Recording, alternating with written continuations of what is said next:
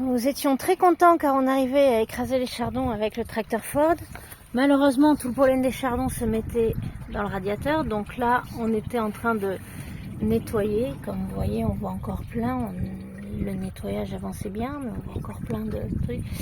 Et malheureusement, en nettoyant, le radiateur devait être vraiment prêt à casser à un endroit et ça a percé. Donc voilà, le liquide est en train de sortir de partout, le liquide de refroidissement. On a vite mis une bassine en dessous qui est pleine. Vous pouvez voir la taille, elle est quasiment pleine. Voilà, là c'est en train de finir. Ça fait plus de 5 minutes que c'est en train de s'écouler.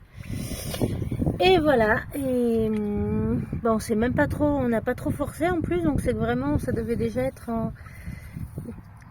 les tuyaux doivent déjà être en très mauvais état. Voilà, avec un petit bâton comme ça, on essayait juste d'enlever un petit peu pour pouvoir aspirer après.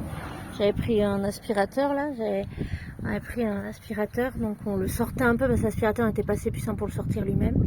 On a même soufflé dedans, ça marchait bien pour les sortir un peu pour pouvoir aspirer. Mais là, voilà, avec un petit bâton tout bête, pas très gros, hein. C'est vraiment pas de chance. On a dû tomber sur un... Ouais, c'était vraiment un tout petit truc comme ça. On utilisait comme ça juste pour enlever un petit peu comme ça. Et puis voilà, il y a un tuyau qui s'est percé.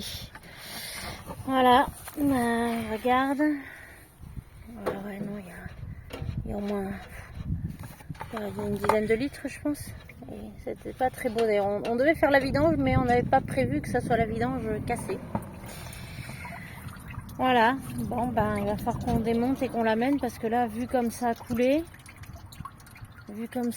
c'est que c'est qu'il y a un gros trou et c'est pas un petit truc pour patch qui va marcher.